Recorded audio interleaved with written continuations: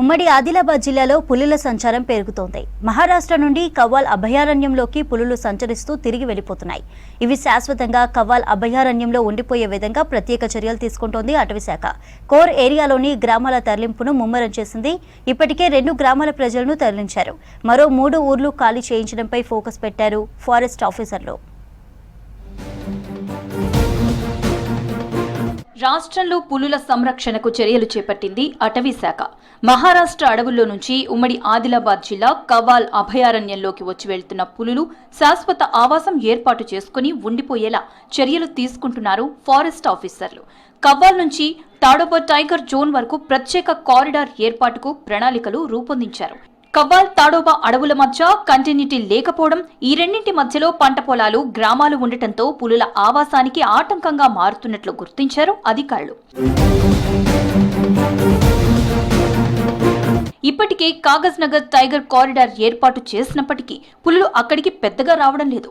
Kawal tiger zone పరిధిలోని కొన్ని ఏరియాల్లోకి మాత్రం పులులు అప్పుడప్పుడు వచ్చిపోతున్నా ఆవాసం ఏర్పాటు చేసుకోవటం లేదు. 1-2 రోజులు సంచరించి తిరిగి వెళ్లిపోతున్నాయి. అందుకే పులులు శాశ్వత ఆవాసం ఏర్పాటు చేసుకుని ఉండిపోయేలా అటవీశాఖ అధికారులు ప్రత్యేక వ్యూహంతో ముందుకు వెళ్తున్నారు. అడవిలో సాధారణంగా ఎలాంటి అలజడి, జనసంచారం లేని ప్రాంతాల్లోనే పులులు ఆవాసం ఏర్పరచుకుంటాయి. దట్టమైన పచ్చిక బయళ్లు, వెదురు నిల్వలు కూడా ఉండాలి.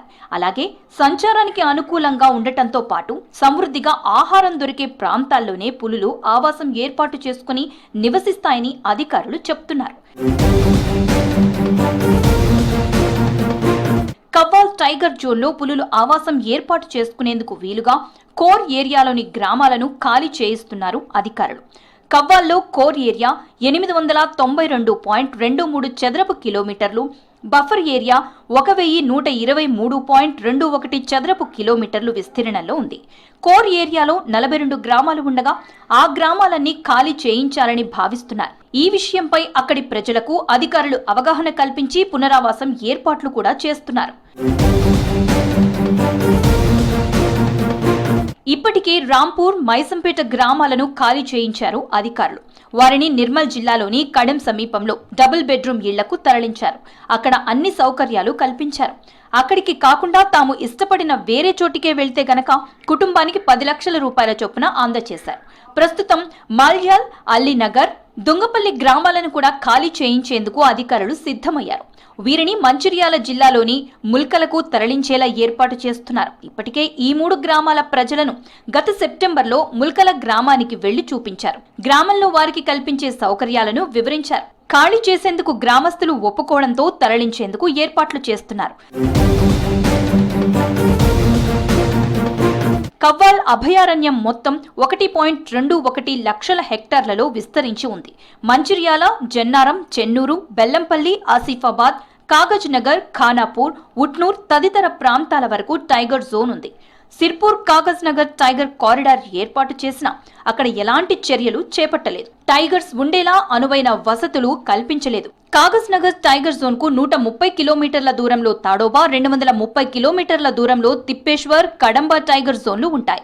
పులుల సంఖ్య పెరిగిపోతుండడం, వాటికి ఆహారం దొరకకపోవడం, ఆవాసానికి సరైన వాతావరణం లేకపోవడంతో ఇతర ప్రాంతాలకు వలస వస్తుంటాయని అధికారులు చెప్తున్నారు. సిరంచ, గడ్చిరోలి, యవత్మాల్ తదితర ప్రాంతాల నుంచి కూడా పులులు ఉమ్మడి ఆదిలాబాద్ కి వస్తున్నట్లు గుర్తించారు.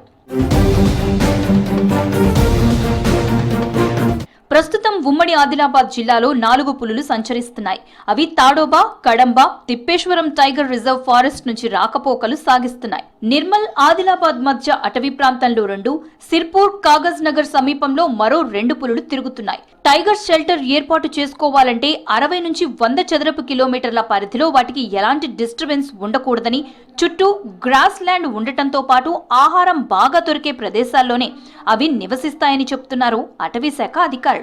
ఇటీవల మహారాష్ట్రలోని తిప్పేశ్వర్ పులుల సంరక్షణ కేంద్రంలో పర్యటించారు మంచిర్యాల అటవీశాఖ అధికారులు. అక్కడి నుంచి తరలించిన పలు గ్రామాల గిరిజనులకు కల్పించిన ఉద్యోగ, ఉపాధి అవకాశాలపై అధ్యయనం చేశారు. తిప్పేశ్వర అభయారణ్యంలో చేపట్టిన పనులను పరిశీలించారు. కవ్వాల్ పులుల సంరక్షణ కేంద్రం, తిప్పేశ్వర్ పులుల సంరక్షణ కేంద్రానికి మధ్య తేడాను గమనించారు. పులుల సంరక్షణకు తిప్పేశ్వర్లో తీసుకుంటున్న చర్యలు, కవ్వాల్లో చేపట్టాల్సిన పనులపై అటవీశాఖ అధికారులు నోట్ సిద్ధం చేసి దాని ప్రకారం ముందుకు వెళ్తున్నట్లు తెలిసింది.